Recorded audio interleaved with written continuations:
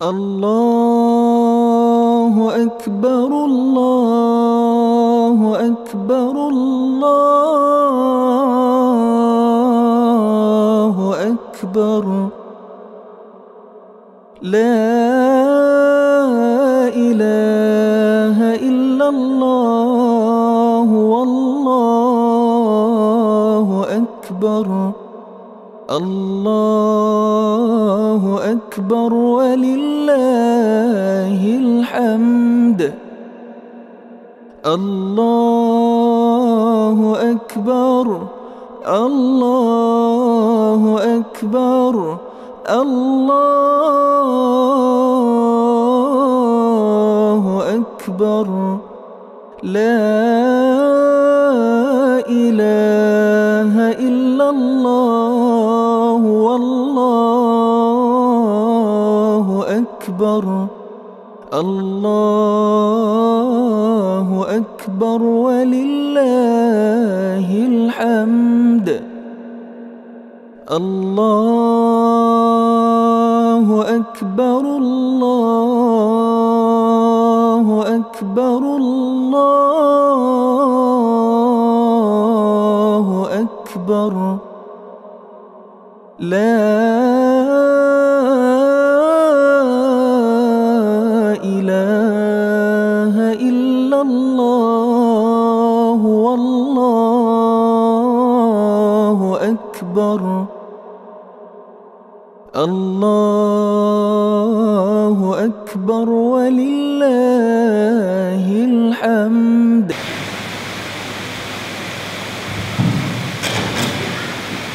السلام عليكم ورحمة الله وبركاته.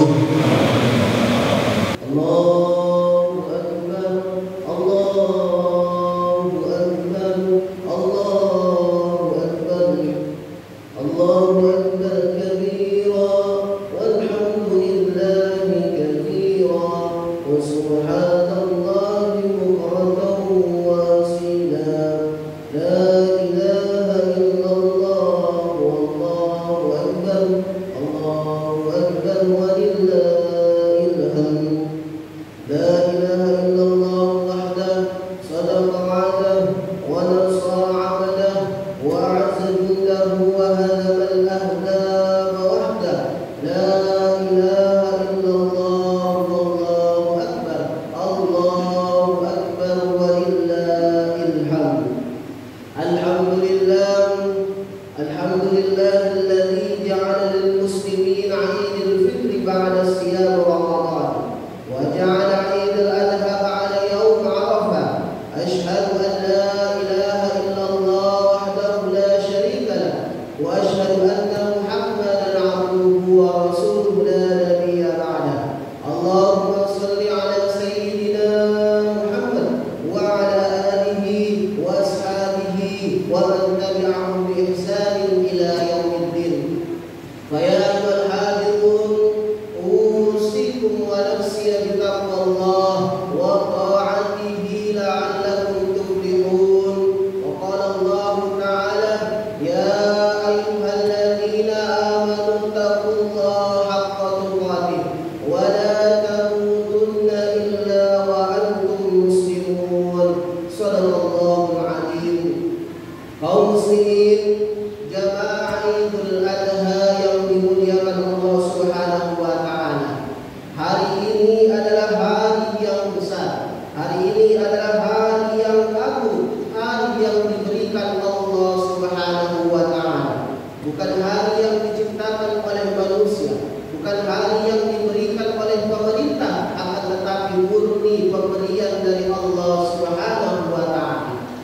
Maka tidak ada ucapan dan perbuatan yang pantas kita lakukan selain rasa syukur kita kepada Allah Subhanahu wa taala. Karena kita pada pagi hari ini dapat bertemu dalam suasana silaturahim dengan penuh kegembiraan. Seluruh kaum muslimin pada pagi hari ini bergembira.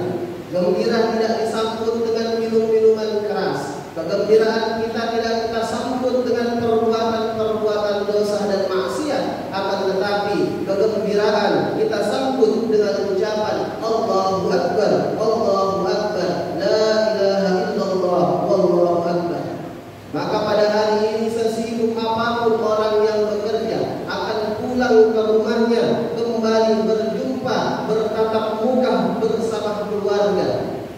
Andai mereka yang keluar mencarikan kita nafkah, memberikan makanan yang halal untuk kita, ada sekarang bersama kita, maka pulang dari sini kita ambil tangannya, kita peluk tubuhnya, meminta maaf atas dosa yang pernah kita lakukan.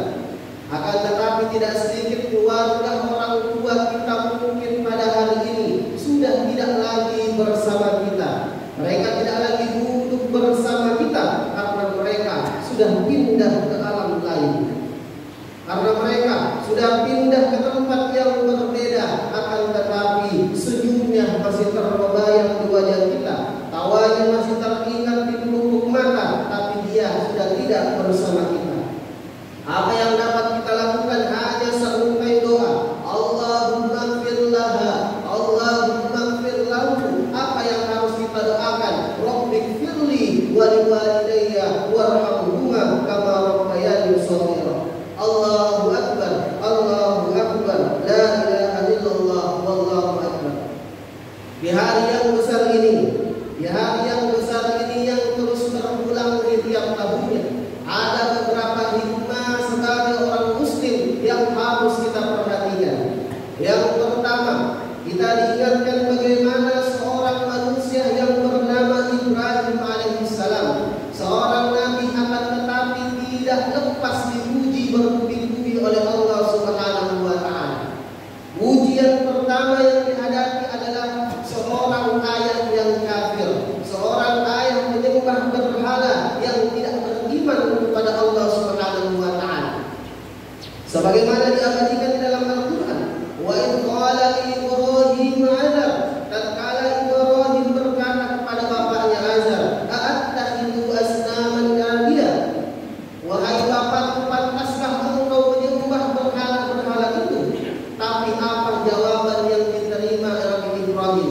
Jawaban yang diterima Nabi Ibrahim tidak seperti dan selembut perkataan Nabi Ibrahim ke bapaknya.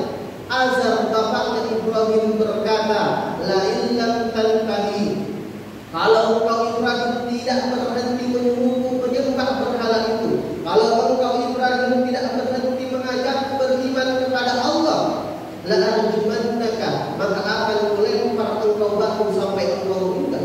La arjumannaka, maka akan kulempar batu sampai engkau meninggal. Begini perkataan Azar, bapaknya Nabi Ibrahim. Akan tetapi marahkah Ibrahim terhadap bapaknya itu? Akan tetapi marahkah, emosikah Ibrahim terhadap jawaban bapaknya? Ternyata tidak. Apa jawaban Ibrahim? Salamun alaika, keselamatan bagimu wahai bapakku. Sa'astaghfir laka rabbi, aku selalu memohon ampunan, meminta ampun kepada Allah agar Allah Subhanahu wa taala memberikan engkau hidayah. Oleh sebab itu, sekasar apapun orang tua kita, maka kita jangan sampai menghancurkan, jangan sampai mengatakan, sampai Allah Subhanahu wa taala berfirman, wa in jahadaka, apabila orang tua kita memaksa ala an tusyrika bi, untuk menyekutukan Allah, fala tuti'huma, maka janganlah kita patuh, janganlah kita ikut. Akan tetapi ayat ini ditutup dengan kalimat yang baik, washahibuhuma fid dunya ma'rufa. Akan tetapi tetaplah berbuat baik kepada kedua orang tua kita. Jamaah Idul Adha yang dimuliakan Allah, maka belajar dari Nabi Ibrahim, ujian yang pertama adalah ujian orang tua. Nabi Ibrahim tidak seberuntung dengan kita, alhamdulillah, lahir memiliki orang tua muslim, memiliki orang tua muslimah. Akan tetapi Nabi Ibrahim lahir, akan tetapi bapaknya bukan seorang muslim, dan Nabi Ibrahim mengalami ujian seperti itu. Selesai menghadapi ayahnya, Nabi Ibrahim kemudian menghadapi ujian yang lain, yaitu menghadapi umatnya penyembah berhala. Maka Allah menceritakan bagaimana Ibrahim menghancurkan berhala-berhala itu. Kemudian berkata, "Araghiba anta alihatina ya Ibrahim?" Kenapa engkau begitu benci kepada Tuhan-Tuhan kami, wahai Ibrahim? Lantas kemudian pengikut ini mengumpulkan kayu bakar yang besar, akhirnya membakar Nabi Ibrahim, memasukkannya ke dalam api yang sangat besar. Disitulah mujizat Allah Subhanahu wa taala datang.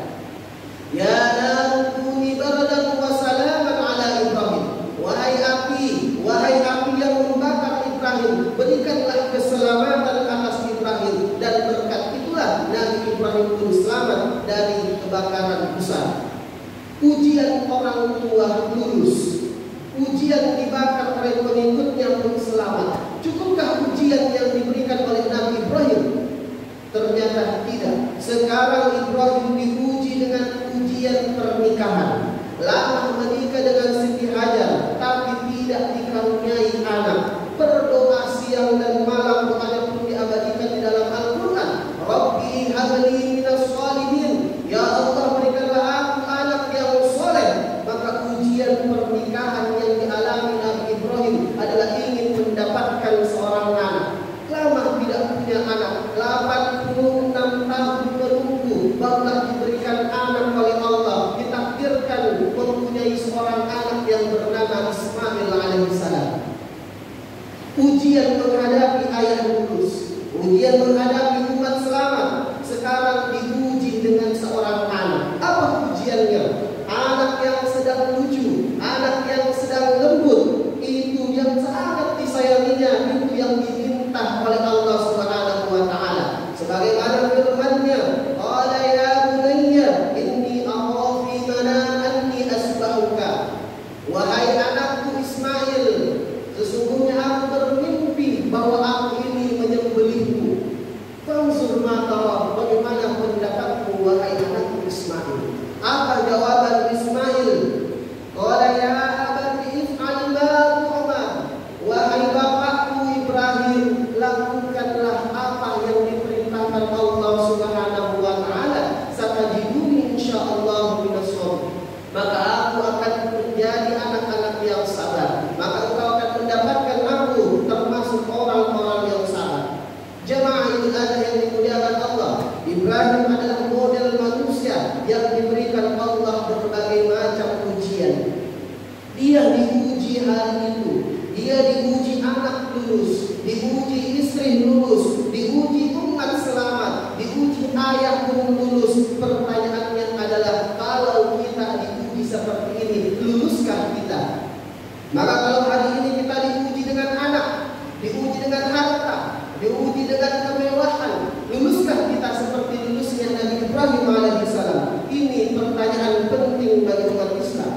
Hari ini kita diuji orang tua, kalah akidah kita. Diuji dengan istri, mengalah iman kita. Diuji dengan anak, hancur keyakinan kita. Maka sesungguhnya orang yang beriman itu pasti akan diuji oleh Allah Subhanahu wa taala. Ahasiban nasu an yutraku an yaqulu amanna wa hum la yuftanun. Apakah manusia itu berpikir bahwa mereka ketika beriman dibiarkan begitu saja? Ketika mereka mengatakan amanna, aku beriman, lantas tidak diuji oleh Allah Subhanahu wa taala. Maka ketika kita berani mengatakan asyhadu an la ilaha illallah, maka konsekuensinya adalah ujilah imanku ya Allah, ujilah kekayaanku ya Allah, ujilah generasiku ya Allah, ujilah semua yang telah Engkau berikan kepadaku ya Allah. Allahu Akbar, Allahu Akbar, la ilaha illallah, Allahu Akbar, Allahu Akbar, walillahil hamd. Pelajaran selanjutnya yang dapat kita petik dari hikmah peristiwa Ibrahim alaihissalam, bahwa Allah Subhanahu wa taala meminta kepada kita seperti yang Dia minta kepada Nabi Ibrahim. Allah tidak minta kambingnya Ibrahim. Kambingnya Ibrahim banyak sekali. Allah tidak minta untanya Ibrahim. Untanya Ibrahim luar biasa banyaknya. Allah tidak minta nyawa Ibrahim.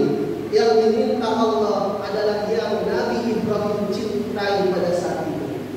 Apa yang Nabi Ibrahim cintai? Yaitu anaknya yang bernama Ismail. Anaknya yang selama ini dia minta, anaknya yang selama ini dia berdoa siang dan malam selama 86 tahun lamanya agar diberikan seorang anak. Ini yang diminta oleh Allah Subhanahu wa taala. Apa maknanya? Jika ketika kita mencintai Allah Subhanahu wa taala, mana yang lebih kita cinta? Lebih cinta anak apa lebih cinta kepada Allah?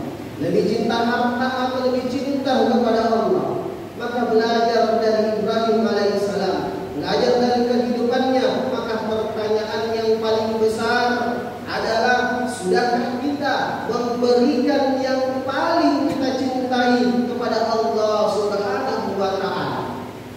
La yu'minu ahadukum hatta akuna habba ilaihi. Tidaklah seorang mukmin, tidaklah seorang itu beriman sampai ia lebih dicintai, sampai Allah lebih dicintai daripada hartanya, sampai Allah lebih dicintai daripada anaknya, sampai Allah lebih dicintai dari semua manusia. Dan Ibrahim alaihissalam menunjukkan itu kepada kita semua, bahwa Ibrahim saudara berkata kepada kita, aku tidak sayang kepada hartaku ya Allah, aku tidak sayang kepada anakku ya Allah, anak kandungku yang tumbuh 86 tahun lamanya. Jika memang engkau inginkan, jika memang itu yang engkau mau, maka itu pun akan kuberikan kepadamu ya Allah. Maka kurban yang kita berikan pagi hari ini, seekor kambing, sapi, itu belum ada apa-apanya.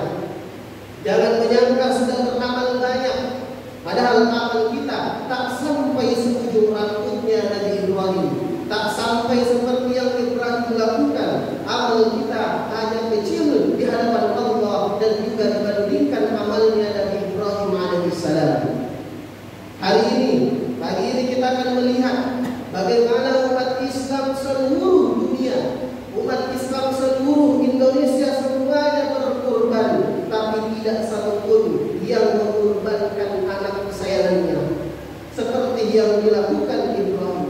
Hanya Ibrahim saja yang sanggup mengorbankan anaknya. Kita tidak dituntut untuk menyembelih anak kita, tidak dituntut untuk memberikan anak yang kita sayangi, tetapi kita dituntut untuk memberikan apa yang kita miliki, apa yang kita cintai, apa yang banyak untuk diberikan di jalan Allah Subhanahu wa Ta'ala.